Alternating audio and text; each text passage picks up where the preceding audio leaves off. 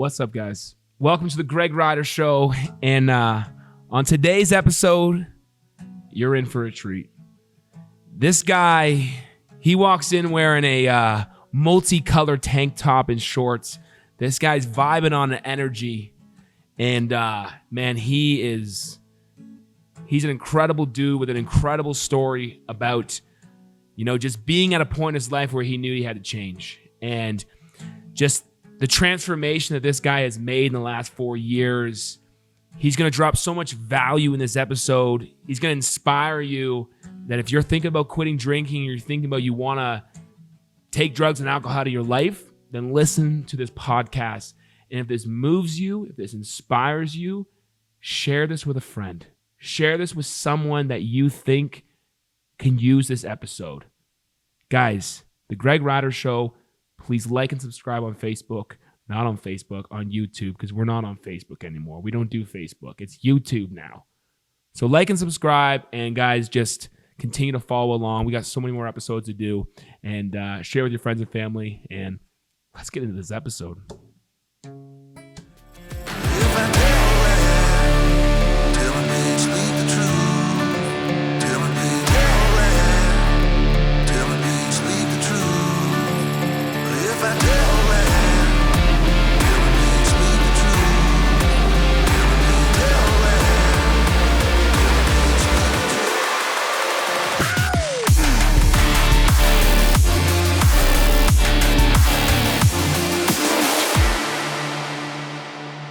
All right, well, here we are.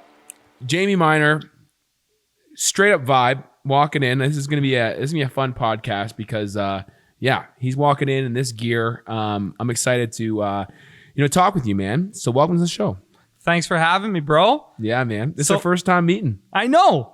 I was pulled up and I was just super excited because I was like, hey, I actually get to meet this guy. I felt like the vibe was good, and I'm so happy that I harassed you on Instagram to you got to talk to me. How did that start again? Yeah, you reached out to me after a video or something? I was just on Instagram. I did the search, mental health, sober. So then the things start popping up, and then all of a sudden you pop up. Yeah. And I watched some videos of you and in your stories and this and that. I'm like, okay, this guy is basically me, but country. Right. Like the same style, the same vibe on, about mental health. Yeah. Here's my story to sobriety, and I'm making music to make a difference about it. And so I was just like, okay, I got to message him. Yeah. And, messaged a couple times, and I was going to be persistent until you told me, leave me alone. That's so funny. But that's the salesman in me.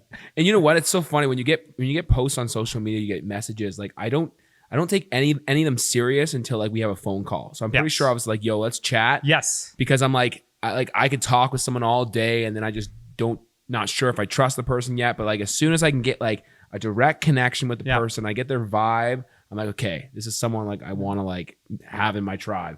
And I was just as soon as we jumped off the phone, I was like, okay, that guy's dope. We're gonna be friends.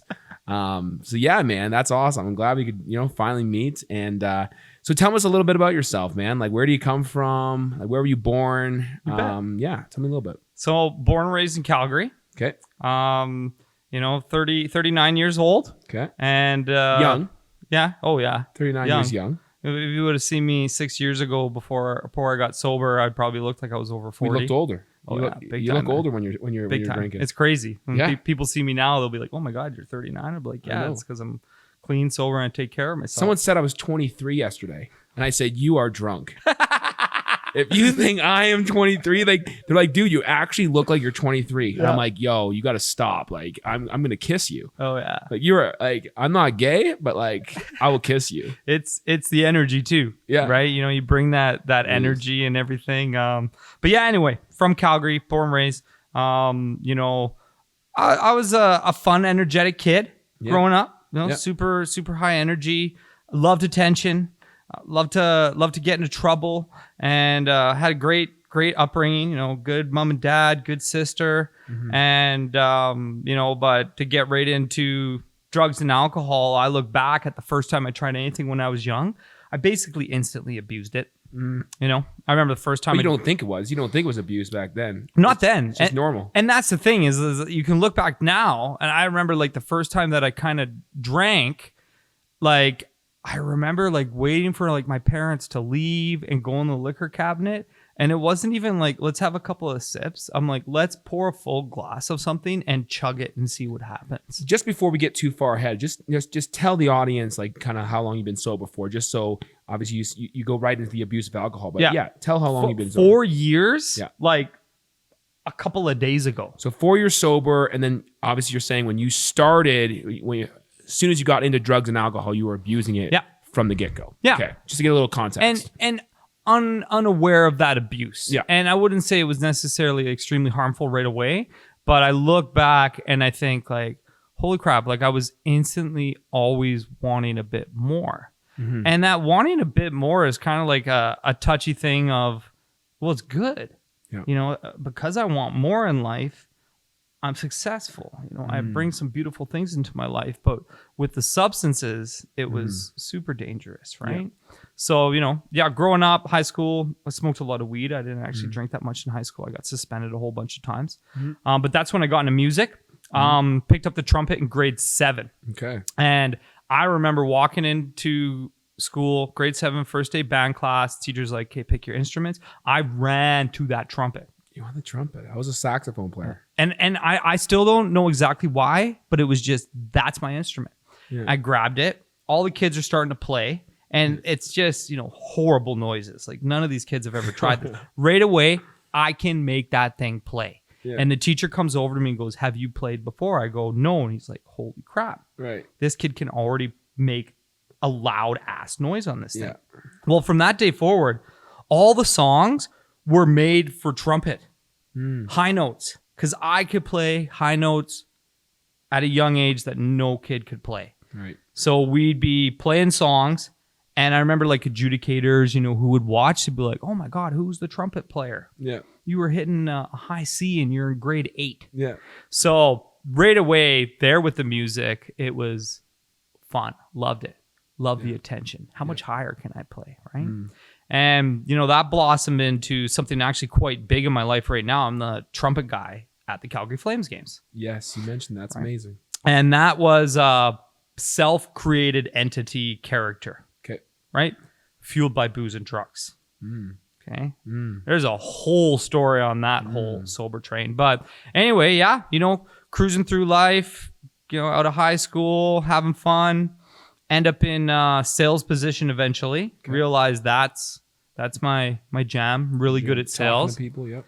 And was working for a window company, and you know, that eventually took some stress. A lot of partying, a lot of taking customers out. I was really good at that. And again, there's the drinking, the booze, and the drugs, and continue along with that. Long story short, with my career, I ended up becoming a partner at a window company called Max Green Windows and Doors. Okay. My business partner, Adam Jones, he helped me through a lot of my struggles, stuck by my side, put up with my shit, and, you know, helped me where I am today. And then we started to blossom into other businesses like Endorphin Garage. Yeah, so the Jag you were just in. So we went for a quick spin in his Jaguar. What is it, an F-Type? Yeah, F-Type SVR. Yeah, this thing. Yeah, that thing was quick. So yeah, like I was asking a couple questions. We were going for a ride. So Endorphin Dream Garage. It's a garage that you own, and you buy these exotic cars and you rent them out. So tell us how you started that. Yeah, so we're at the window company, and I'm sober now. We're killing it. So like a big thing I'll touch on is like when I came back after rehab to work at the window company again as a partner, part owner, big deal. I could do 15 minutes a day. That's all I could work at the start. And I had to let my bit thinking about triggers everywhere, alcohol. Bro. Well, I was waking up, doing drugs, drinking booze, firing emails. Yeah. That's how it worked. Yeah. So the moment I turn on my computer and email notifications, phone ringing, sales, the brain's going, hey, remember what you used to do? Yeah. And so 15 minutes, call my business partner. I'm like, bro, that's all I can take for today. And he goes, no problem. Wow. Chill. Half an hour the next day. Yeah. Just take my time, take my patience. Soon enough, I'm back in the swing of things. And I'm killing it because it's pure authenticity now. and pure honesty. I told my customers, where were you, Jamie? I was in rehab. I got sober. I fought my demons. Yeah. And I know they were thinking like, this dude is not going to lie to me ever now. Yep. And within 2 years, our window business quadrupled. Wow. Yep. You know? So we're at that point. We're doing really well. I decide I'm going to start making music. And that was the same thing with the music, though. I stepped in that music studio the first time sober in my house. I go to make a song. Not even 5 minutes. I'm actually crying because I'm just like, where's the creativity? How do I get this creativity without drugs and alcohol? Same thing. Went back 30 minutes, 45 minutes, an hour. All of a sudden, I start realizing, whoa. Sobriety actually loves creativity. It's just a slower process. But you get something so much deeper and real. Right? Bro, yes. It's scary, dude. Like I feel like I'm staring in a mirror. Like I feel like I'm just like I'm interviewing myself. And it's scary. Like obviously, yes, you have you've definitely done some things that are a little different than me, but like like the abuse, like right from the get-go, getting into sales and stuff like that. Yep. Like it's so crazy. But I didn't know that you went the full-blown rehab way. Oh yeah. Yeah. Two full months, 20 grand. And so tell us so that was 4 years ago? 4 years ago, like literally August long weekend 4 years ago is when I stepped out of rehab. You stepped out of rehab. So I'm probably like 4 years and a couple months. So were you considered a successful entrepreneur or like a businessman at that time? Were you still running a successful company with drugs and alcohol? Yeah. Wow. Oh yeah. Yeah, I was like the Wolf of Wall Street, man. Okay. Like it was insane. Yeah. And then, eventually it just catches up to you. Yeah. When you're mixing in alcohol at night to calm yourself down and deal with the stress, and then using different types of drugs and stimulants to keep you going throughout the day, you get yourself into this vicious cycle of what you think is successful and attainable and manageable. And eventually you'll collapse from it. And, that's what happened to me multiple times is I would fall flat on my face. But I think what I got away with it for so long is because I was very naturally gifted at sales. Yeah. So what was your rock bottom moment though? Biggest rock bottom moment would be, my stints of sobriety. I would go through these weeks or months of sobriety, and then I would relapse. And there was this one time I'd been doing pretty good, and my friends all invited me out camping. Now my friends still drink. Okay. I haven't set any boundaries with these people. I haven't let them know how bad it is. So I just say, no problem. I'm going to come out. I'll be sober. It'll be fine. Yeah. I do a weekend of sobriety and they're all like, wow, he was fun. He was good. And I go home and a couple days go by and they're still out there. And they're like, you know what? Come back out, Jamie. So I'm like, sure. I did it. I'll come back out again. Driving out, my brain starts going, last time I was out here, it wasn't that fun. I was thinking about booze the whole time. It was awful. I wasn't ready. So what do? Go to the liquor store, get like my 10 Mickeys, hide them all over the fucking place. 10 Mickeys? Oh yeah. I was prepared, hiding them everywhere, all over the car, different places on the campsite. And I was, trying to keep a slow buzz on without anybody noticing. Holy crap. Oh yeah. I was like, I could get Academy Awards for the manipulation I pulled off. They all thought you were sober. Yeah. I'm sure they knew, but they were drunk too. Right. Okay. So long story short, wake up the next day, full relapse. Okay. So that relapse, I woke up in instant withdrawals. Okay. Because I was such a heavy alcoholic that when I relapsed, my withdrawal symptoms were acute and horrible. So it was shakiness, paranoia, nauseous, like just all of it, right? Yeah. So I wake up, I'm like, I gotta get the hell out of here. I gotta get the hell out of here. They're all gonna know. Everybody's gonna know. Terrified. Hop in my Hellcat. Drive to the liquor store. Get some, can't even remember what I got. Start pouring it, drinking, driving down the highway. And I remember at that time, I didn't even feel like I was doing anything wrong. Because all I knew was like, I have to make myself feel better. I got to make myself feel better because this is so awful. I need to feel normal. I start to feel normal. Then I start to push it. I start to get manic and I start to go, I don't fucking care. Nobody will know. Who cares what happens to me? And I start driving this thing like an idiot. Wow. And I look back and I literally was like, if I crash and die, I crash and die. Who fucking cares? And all of a sudden, cherries, cop pulls me over and I go like this. That's it. It's over. You just released? It's over. This is it. So he pulls me over. I get my DUI. You know, all this and that. Cop was really cool. I told him, like, look, I relapsed, bro. I'm an alcoholic. You told me you messed up. Yeah. And then, so I got my DUI. Hop in a Uber in Airdrie. Go to a liquor store. Not dealing with that. I'm not dealing with what I just did. Yeah. You're not taking right? that sober. No way. Go home, basically set to drink myself to death. Don't care anymore. And one of my friends, my parents were out of town. My sister was too. My business partner knew something was wrong. And then one of my best friends came over, found me like on the floor, like bleeding, total mess.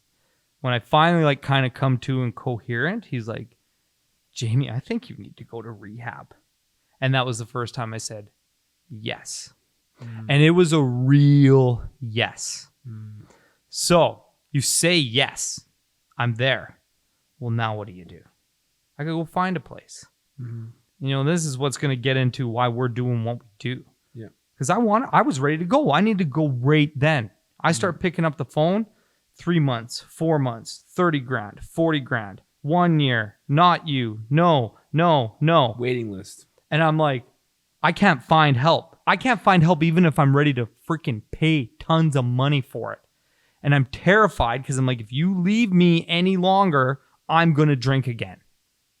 So eventually find a place. They can get me in right away. Drop my 20 G's.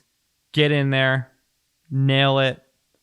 And what was really interesting about this place, Greg, and why like eventually you and me are going to open up one of these places, it's happening, is this lady was not a doctor. She was not a counselor.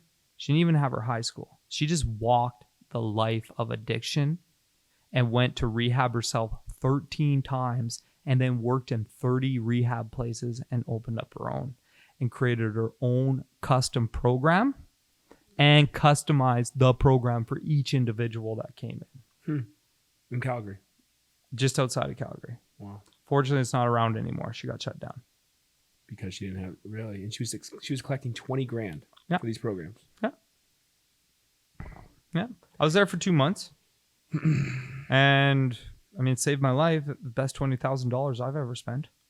But you know, going into that thing where like you and me are trying to raise money is when a person says, I'm ready to get help, and they truly mean it, you want that to be like that. It has to be. Otherwise, they're sitting there waiting. Like, I got a young man I've been trying to help for a year now. Yeah. And he's been saying a couple times he's ready. And he can't get in anywhere. I even called places. Yeah. And I was like, I'm ready to pay for this young man. I have the money, the fund. And they said, we can't get him to see him for 2 weeks. Well, now he's on the streets again. So, you know, you want emergency places that'll take people in that are really ready to make a change. But I also want proactive stuff. Yeah. And that's with the mental health. When anybody reaches out to me for help now, the first thing I get into is, do you have a counselor? Yeah. If they say yes, I said, love for you to set up an appointment with them right away. I'd love for you to show me that picture, right? Showing that they're ready to do something. If they say no, I'm like, I got a place. I'll pay for the first 5. You know, lead them to a professional right away because I'm not a professional. Right. I don't want to tell someone to do something and cause harm. Yeah. Right? Yeah. You can't coach them in the DMs. No. And, you know, that's where, you know, we've partnered up with the Calgary Institute of Counseling with Oktoberfest. And with the 30 grand from last year, you know, we've put at least 10 people through counseling. One young man every week for a year. That's how much he's had to go. So, yeah, you just touched base on that. Like, tell us a little bit about Oktoberfest. Sure. And, like, I yeah, when I first saw that, I was like, it's incredible. And you know what, like, obviously I knew we talked about where the money goes, but when you just said that there, it's just like exactly what I'm doing with the charity golf tournament. It's like Not Today is the company out of Ontario that we're partnering up with. And it's exactly that. It's putting on events across Canada, and every single time we do an event in a town or a city, we put that back into the mental health community in that town. Yeah. So exactly, yeah, we're doing the same thing with helping people, because that's what it comes down to. When families and people are ready to change, they need the things right now, because I believe the epidemic in this world is that, a lot of the mental health, like, is especially that when people want to get help, they go to their doctors, and and we're built to trust them. We're built to trust them, and they give us pills and they give us this kind of stuff. And they say, check back in 2 weeks. Not everyone makes it back. No. Not everyone makes it back. And it's a couple days later. And that's like, just in this town, I've heard in the town of Strathmore, a very small town, last year, there was 3 dads that had grade 1 children that took their life. And it's men. Yep. In a small town, because they went to the doctor, they got put on a waiting list. They didn't know how to get help. Yep. These guys come from a blue collar work that's never had a problem with mental health. They get their first anxiety attack or nervous panic attack. They don't know what to do. You go to your doctor. Yeah. That's what we're built to. We're built to learn. Well, sometimes it's even hard to go to the doctor. Yeah. Right. So you're right. When someone says they're scared enough, and then they get the courage to ask for that help, want to guide them to the right places. And to me, it's a counselor, and it's got to be a counselor that they are able to build a relationship with. Mm-hmm. And part of like my initiative is going to be this more proactive thing, getting people counselors that don't necessarily need it immediately. And how I want to sell it, I'll say sell it. I'm going to sell mental health. Why not? Is we get people going to counselors, creating relationships so that if and when they have the first anxiety attack, the first problem, guess what they have? A relationship with someone who can help them. Because when you have your first panic attack, your first bout of depression, your first addiction, whatever it is, to go to see someone you don't know is really scary. Mm-hmm. But if you have someone already, it's like your dentist. You know your dentist. So when you get a cavity, you're like, I know who to go see. I got to go see Dr. Jones. He's been cleaning my teeth for 10 years. He's going to handle this cavity. I'm not as scared. But how do you think you're going to talk someone into getting a counselor before they had their... We'll pay for it. It's free. So it's almost like being productive. It's almost like saying like what you're saying is prevention. Yeah, proactive. It's proactive. It's saying before, hey, you never know. That's going to take a little bit of convincing in the sense of like, oh, dude, no, I'm good. Yep. Like you tell me right now, hey, I'm going to pay for your counselor. Yeah. No, dude, I'm good. I work. I make a lot of money, Jamie. Like I make $120K a year. I got a good family. I drive a nice truck. Like, listen, absolutely. I'm sure your program is going to help someone, but it's not for me. Not for me. And that's going to be fine. And I think what we have to do is we have to prove it. Okay, we got to make this shit cool. We got to make it exciting. We got to make it fun, and we got to make it more out there and showing the stories of people going and making it like something cool to do. Okay, people who work out, people love to talk about how they work out, how they hit the gym. Mm-hmm. Okay, people who have arts and hobbies and different things love to talk about what they do. If we can change the paradigm to it's cool that you have a counselor, and that you're working on your mental health, you're working on this muscle, this skill, this tool. That's how I feel we're gonna get more people in tune. Because you're right, I'm not gonna walk up to someone and convince them to do it, and nor do I want to. I want them to make the decision on their own. So my goal is to make it cool, make it appealing. And that's what I'm trying to do with the music and the Sober Festival and all that stuff, is to just get people to get that shift in their brain on their own from what we're presenting. Because, I agree. I think mental health and having a counselor is a cheat code. Like when people say to me like therapy, they're like, you go to therapy or whatever. Like I haven't been to a therapist in a little while. But like also like when I was going to therapy, it's like you go and sit in a room and you get to talk about your life. you get to break your life down, and then you have someone that helps you rebuild it.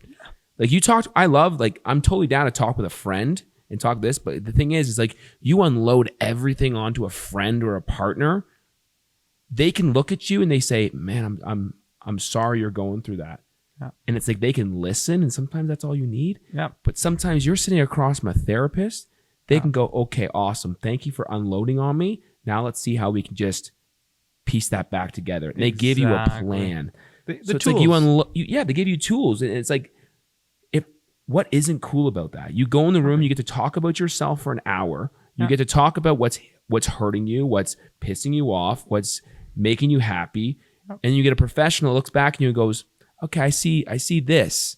Let's talk about this. And it's just like, man, I don't know. It's scary for one. Yeah. It's hard to do.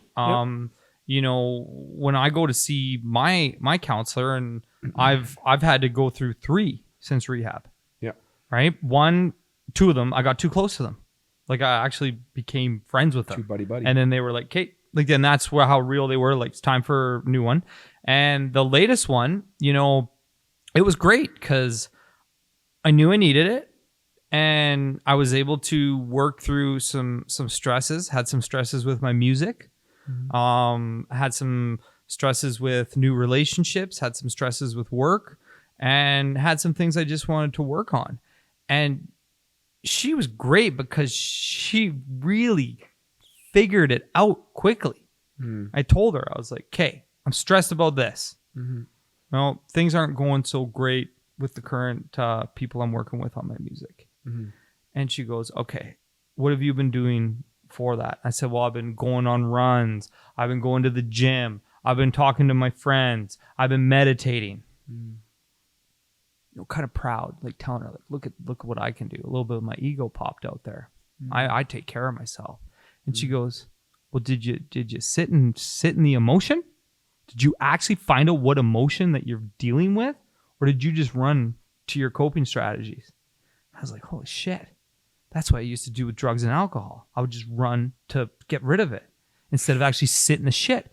Correct. So I sat there. She saw my face go, and I go, I'm sad. I'm like, I'm so fucking sad. I loved working with these people. I'm feeling grief. I'm going to miss them. And all of a sudden, I'm like, holy crap. That's why it was bothering me so much. Because it was going to be hard for you to say goodbye? Or yeah, absolutely. The music team you were talking about. Yeah. I want to touch on something you said with, like you said relationships. Yeah. Relationships being sober now. Like, obviously, like, you know, talk to me a bit about, like, you know, relationships as you were, you know, drugs and alcohol. Like, are you married? Are you single? Like, what's going on in your life right now? Like, talk to me how are relationships back then and how they are now. Sure. So I got a girlfriend. Okay. I'll be 10 months next week. And it's going amazing. Before, I had girlfriends, never married, no kids. Short term? Is it anything? I had a couple of long term ones. Yep. Had, you know, some big ones. Got my heart broken real bad. But I mean, they were always initiated with alcohol. Okay. I met the girl when I was out drinking, or if I took one of them out on a date, we were drinking. And you know, when I drank, I was a very exciting person. I wasn't like an angry drunk. I wasn't mean. I was just this package of energy. Was it higher energy than this? Like crazy. Now? It was so intense, man. Really? Nuts. Like breakdancing, costumes. Just like the center of attention. Like, look at me. Unbelievable. So yeah, I would attract girls. Yeah. And, you know, the relationships with them, I was never able to really tell them my true emotions, my true feelings. I was scared with sex. I was so terrified with sex all the time. I had to be a little bit of drunk. I was worried about performance, lasting long enough, making sure that they had their orgasm, all that kind of stuff. Like I had huge anxiety on sex. Really? Yeah. So alcohol and drugs, it numbs things out for dudes. 100%. And, you know, you feel a little more confident. But was I ever able at that time to go to the girl and be like, look, I'm actually nervous when I have sex with you, especially if I'm sober. Yeah. Can you help me with this?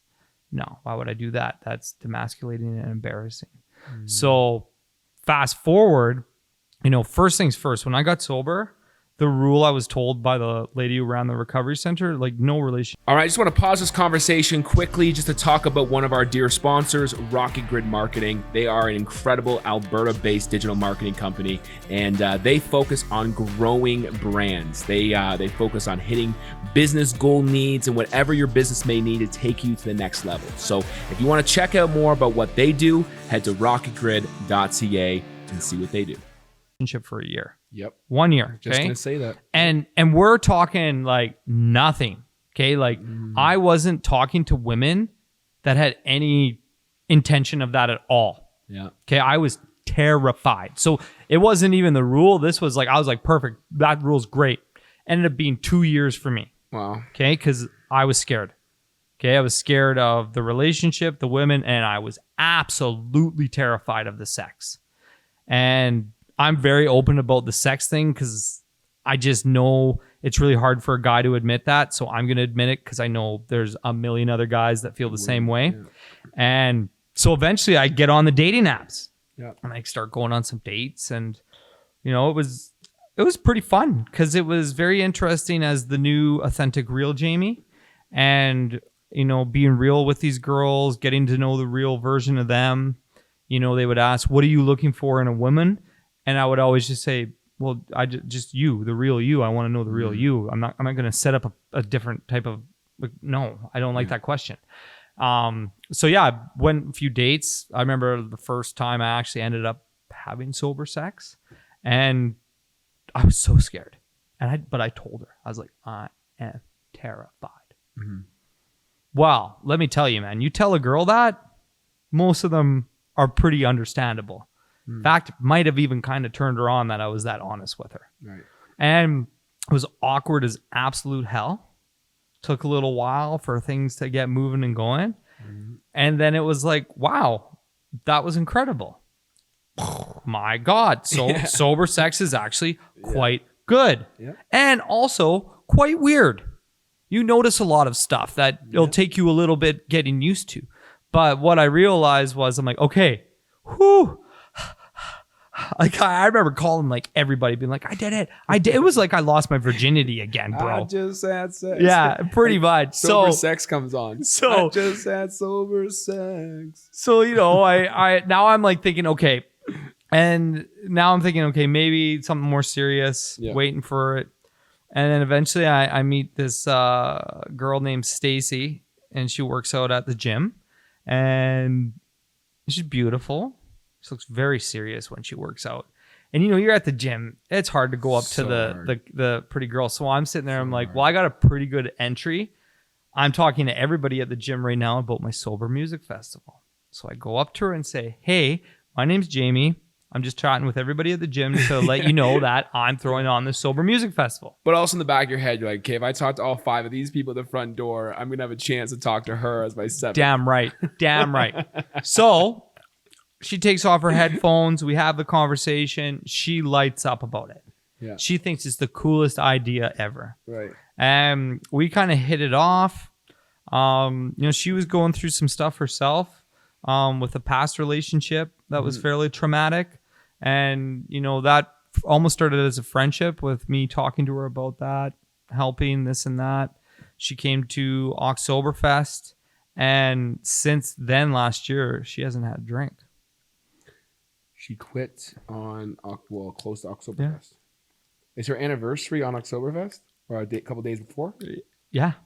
So cool. So it's really neat too, right? Because her and I, because I'm sober and she's chosen to be sober, our communication levels are unreal. Right? Unreal. Yeah. Any problems we face, any feelings that we have, we can handle them. How refreshing is that? It's refreshing. The moments are scary. They're hard. Yeah. But once you get through them, your relationship gets so much stronger. Like I was very honest with her again, saying, I'm terrified of a serious relationship.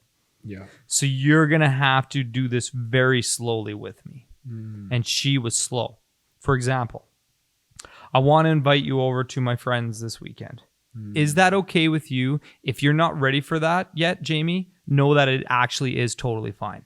And not and exactly. Most girls, like you think, are saying that just to say that, No, but like when someone says that, it legitimately means it. saying it, and when it's legitimate, it actually That means the world. And then I'm like, I actually do want to go.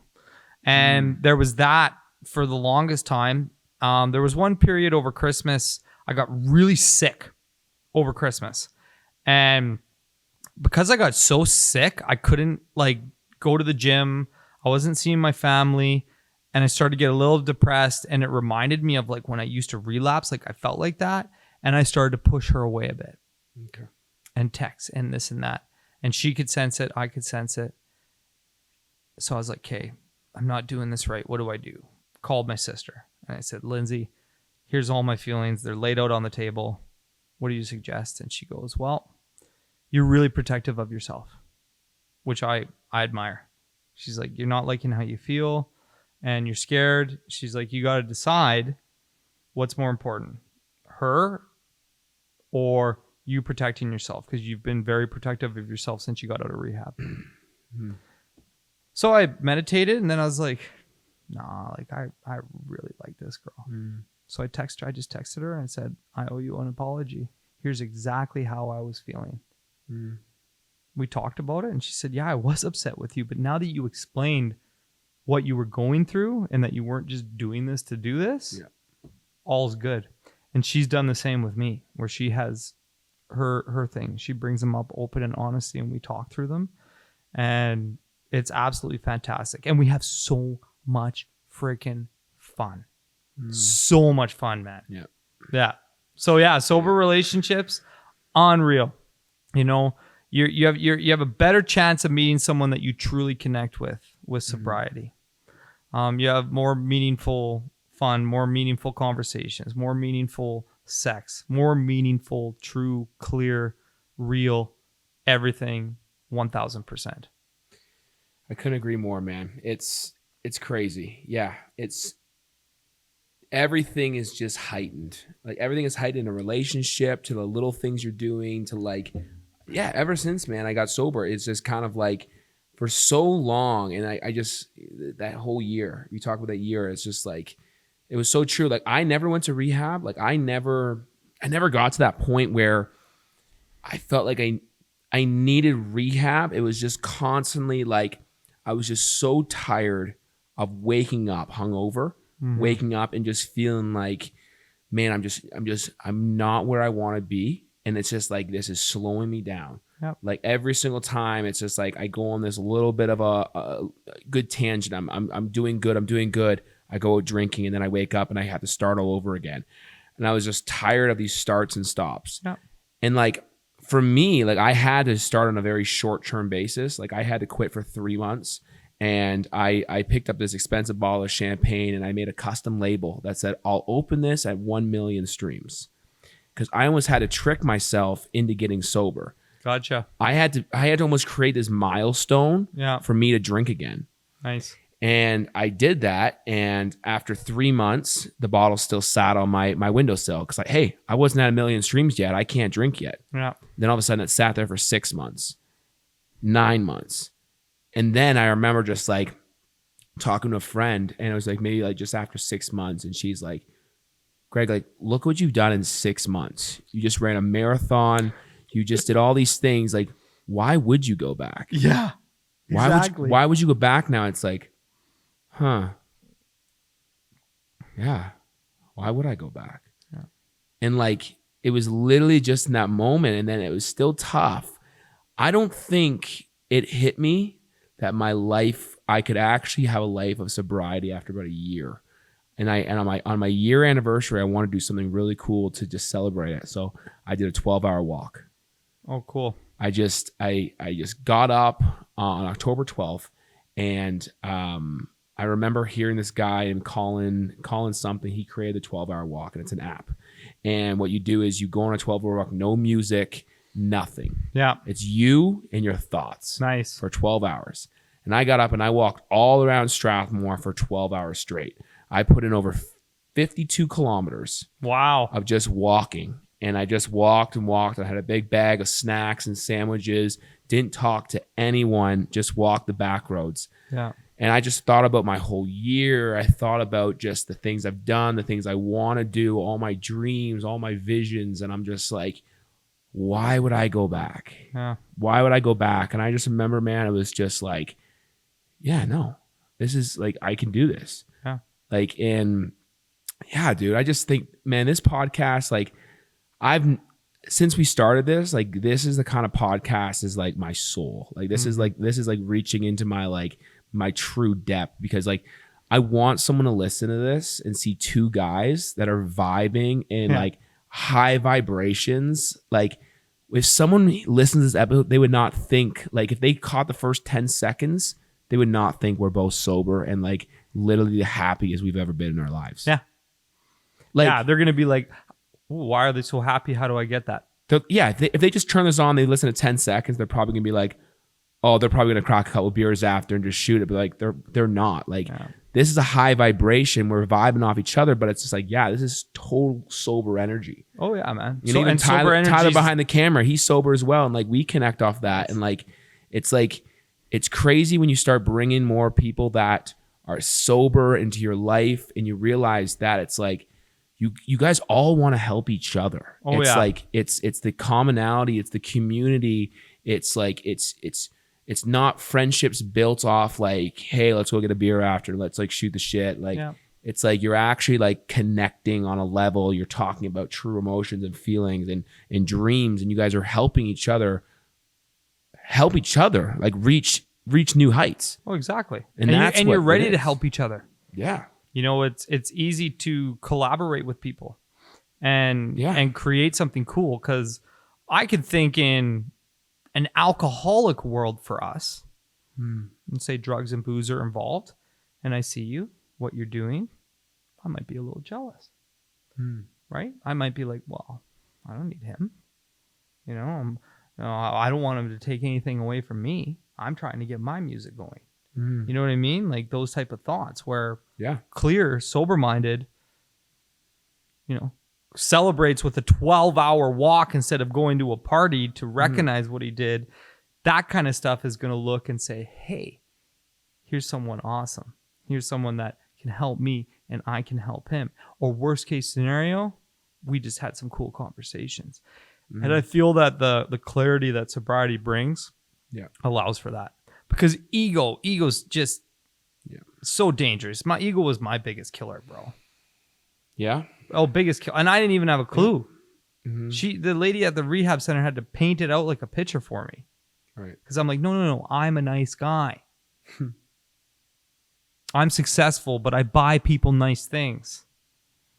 I'm the trumpet guy. I'm really funny. I. And then all of a sudden I'm like, whoa. And then I go, okay, well, wait a second. Or I don't need help quitting drinking. I can do this on my own. All of these ego things. And then once I realized the actual ego to me and the voice in my head that was my ego and how to keep it at bay and recognize it, I was like, okay, I understand it now. And I still deal with my ego a lot. You know, my biggest battle with my ego is still convincing myself that I'm not an alcoholic. Right? To this day, because I didn't go to rehab, because I didn't drink every day, because I didn't do that, I'm like, when people ask me, like, man, you're sober for 2 years. Like, I never knew you had a problem. Like, I never had a problem. Yeah. I just chose to not drink alcohol anymore. Yeah. And then I catch myself, I'm like, yeah, you're still believing that, eh? Yeah. And like, I don't know. It's just like, but I think alcoholic though has this massive like meaning to it. Like, it's like you're drinking every day, vodka in the shower, you know, putting into your cup as you're driving a car. Like, I never got like that. Yeah. So for me, it's like, I can't put myself as an alcoholic, but I just know that I was abusing it. I was abusing it and I was using it to escape and numb. Yes. Because the thing is like, you know, like, are you diagnosed ADHD? No. We talked about this, but you almost want to get tested, or like, no, you don't need to. No, I don't think so. Okay. So one thing for me was just like, like I feel the ADHD always creeping up in me, was always like, being living my whole life undiagnosed. Like I got diagnosed at 31. Yeah.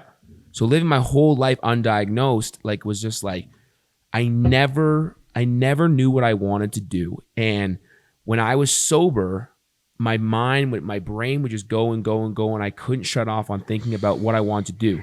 Because I never knew what I wanted to do in life. Yes. Find your purpose. Yeah. I sometimes I'd always see this stage. And like 18, 19, I started seeing this stage in my dreams. And I just felt the lights coming down on me. And I saw myself in front of an audience.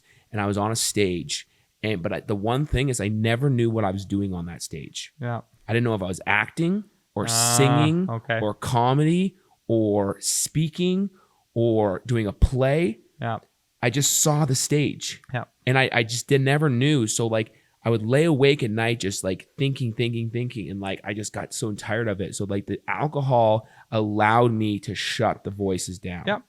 So it was always an escape. It was always that. It was just like, oh, when you drink, boom, I can stop thinking about it, But then all of a sudden you go to a bar and people are like, hey, Greg, like, whenever someone asked me, what do you do, was the worst question. It causes so much anxiety in my life. Hey, Greg, what are you doing now? Okay. What do you do for a living?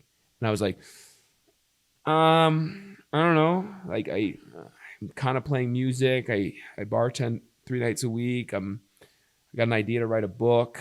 I like public speaking. I've emceed like a couple events. I spoke at a couple like elementary schools. I don't know. All over the place. Yeah. Never could pinpoint what I was doing. Like I never woke up with this specific dream or this purpose of this like itching at me to do. Yeah. And that caused so much worry and anxiety in my life. And like, of course, the unknown is anxiety. That's exactly what an anxiety is I don't know what's going to happen to me, but I'm scared. Yeah. And like the whole alcoholic thing, man, like I'm with you on like the label and the name, like addict, abuser, alcoholic, druggie, drunk, whatever you want to call it. To me, it is, we decided not to run away anymore. That's what we did. We decided, you know what? I'm going to feel the real. I'm going to deal with the shit. I'm going to enjoy the fun as clear-headed as I can. Do you believe now? Are you taking the 12 steps? Are you in AA at all? I did them. Yeah, I did every single thing that you could do. All of it. I did. Do you always believe you're an alcoholic? Do you ever? Oh God, no. Like, do you feel you can heal from it? Oh, do you like to me? Like 40 years down the road, are you still going to say, Jamie? Hey, my name's Jamie. I'm an alcoholic. And I don't actually say that a lot. Good. I say I'm sober. I say I definitely had a problem with it, but I definitely like to tell the story of here is why I abused alcohol, because I hadn't dealt with these things. And that's why, again, back to the mental health, back to the counseling of let's find out why you're drinking. Yeah. Okay. To me, that's it. But, the alcoholic, it's a disease, all those different type of things. People create labels to help them understand or help them understand others. Mm-hmm. To me, it's about yourself. What do you feel for you? And I don't necessarily like those terms. Yeah. AA for me, it helped. It wasn't the final big thing for me. It's tough because you don't know which type of people you're going to see in there. Yeah. It's very God driven and it's very, you do this and that's it. Okay. There isn't a lot in it on, go take care of your mental health. It's do these steps, do the steps. Have you done your steps? Do the steps. Yeah. And that's where my rehab I felt was so special because it was tailored for me. Like the first step in my rehab was the first week. This is the half step. This is kind of cool. Half step. First week in rehab. You do nothing. Fucking nothing. I'm sitting there for a week and I'm going, I dropped 20 grand and this chick has done fucking nothing. I'm so bored. What have I done? The week goes by.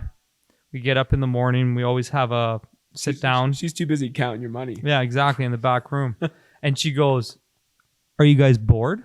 And we go, yes. She goes, Good. What did you used to do when you were bored? Drink and do drugs. And she said, boredom is so dangerous for us. So she said, you have got to find shit to do. Find new hobbies, find new things, paint, build Lego, swim, run, watch TV, read a book, tie your shoes. Doesn't matter what the fuck. Yeah. Don't get bored. So I'm like, holy crap. Boom, light bulb goes off. So then she goes, first step. It's called captain of my ship. Okay. And I go, okay, cool. We're getting to work. I'm excited. I'm excited now, right? Napoleon Hill. So she says, you need to pick someone in your life that you've lost.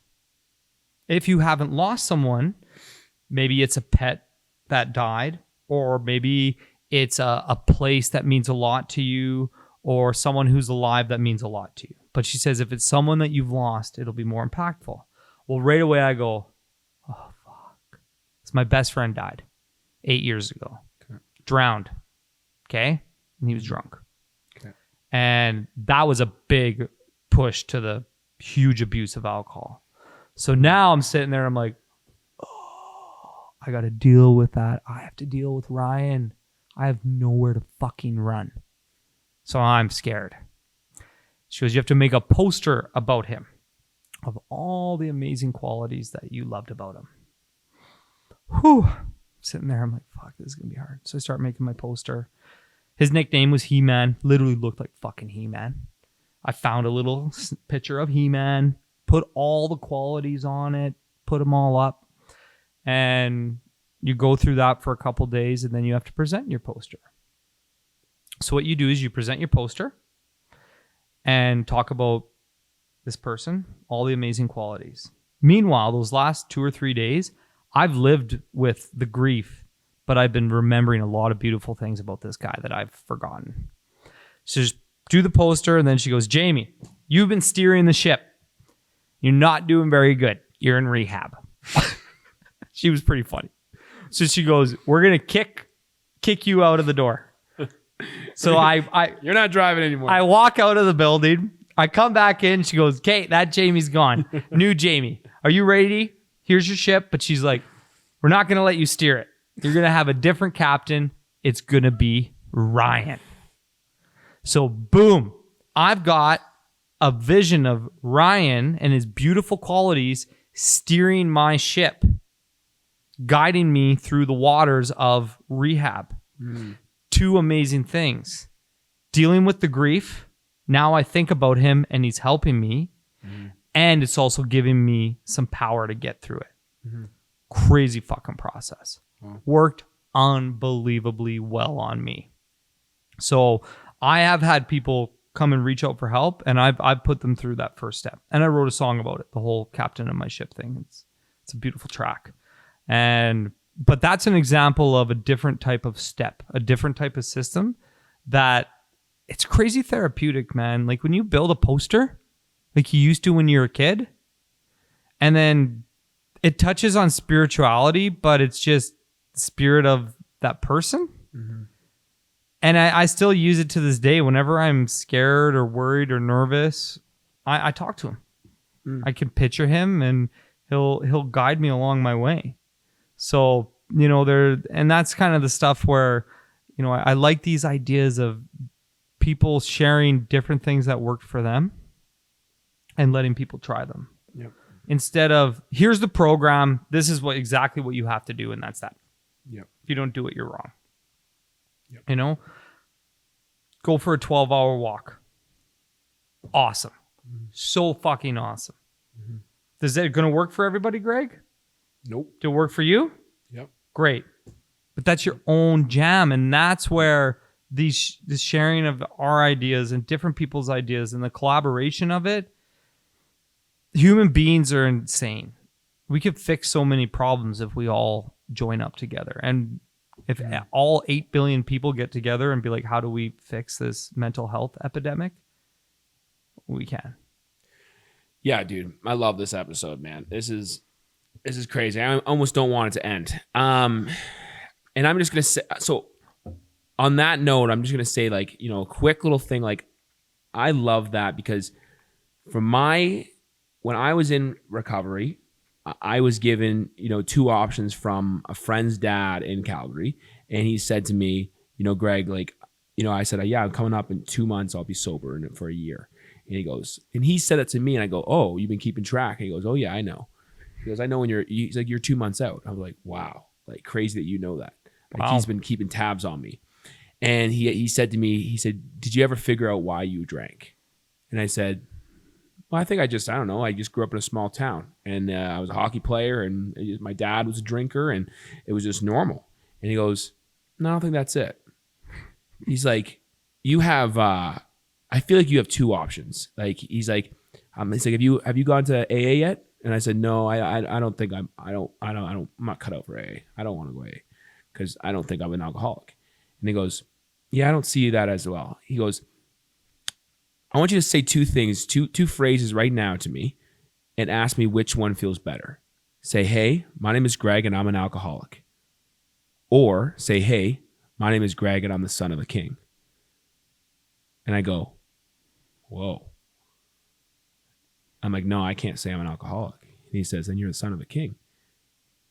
And that was my step into learning more about God.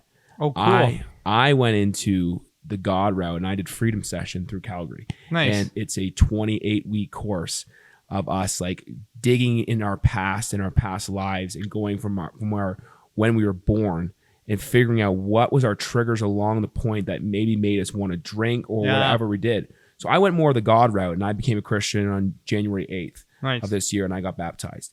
So it's not for everyone. It's like everyone's path is different, but I want to end this episode by like just dropping more value on, if someone is watching this and they've made it through this whole episode, and they're sitting there being like, yo, like there's something just sitting on the edge of my, like, I want to try sobriety. I want to get sober, and I want to actually see if this life is for me. Tell them what to do. Like, if you need to look in the camera or tell them, but like, what do you think they need to do at this point? Try everything and find what's right for you, because you got two guys here, very different journeys and paths, so different. But if you try enough, you're going to find one that works for you. And that's what I recommend. And I also recommend message us. Shoot a message and ask for the help. Say you want to do it. We can point you in the right direction. We're raising money to help point you in the right direction. But definitely open-mindedness. Man, open-mindedness is all it's about. Absolutely. Right? Captain of my ship. Son of the king, 12-hour walk. Takes an open mind to try that shit. Definitely. You got to try. Yeah, I agree, man. So yeah, guys, if you're listening to this, and yes, you take that advice, and I think this episode I feel can definitely change someone's life, because I think they're gonna see it and just be like, man, I want to live like these guys, because they almost like, I think it's when people see me at a bar, or like say like I was at a bar on Friday night. I had 3 or 4 people walk up to me, and they know I'm sober, and they're like, why do you look so happy? I love that one. You're just hanging out, talking to people, and like, you look happy, you're upbeat. Like, how are you doing this? And it's just like, yeah, dude, it's like you're on a totally new level, and you're actually like, you're not faking everything. You don't have to fake a smile. You don't have to take a couple shots. You're literally, this is me. Exactly. I'm just here. I'm here and I'm present. Exactly. I love it, dude. So my last question, I've been wanting to end my podcast on this question, because this just gets us thinking about the vision in the future. Jamie, if you couldn't fail and you could do anything, like you could think of anything in the world and there was no way you could fail at it, what would you do? Well, I'm going to do it for real, and I'm not going to fail at it. I'm going to open up my own recovery center. Love it. That's going down. It's going to be beautiful. It's going to be cool. It's going to bring in everybody's ideas, and it's going to be for everyone. So I have an idea. Yeah. Why can't it be a ranch?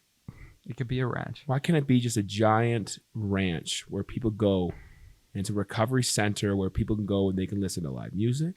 They got a cafe. Yeah. They've got an amazing thing. You come to the Sober Ranch. Absolutely.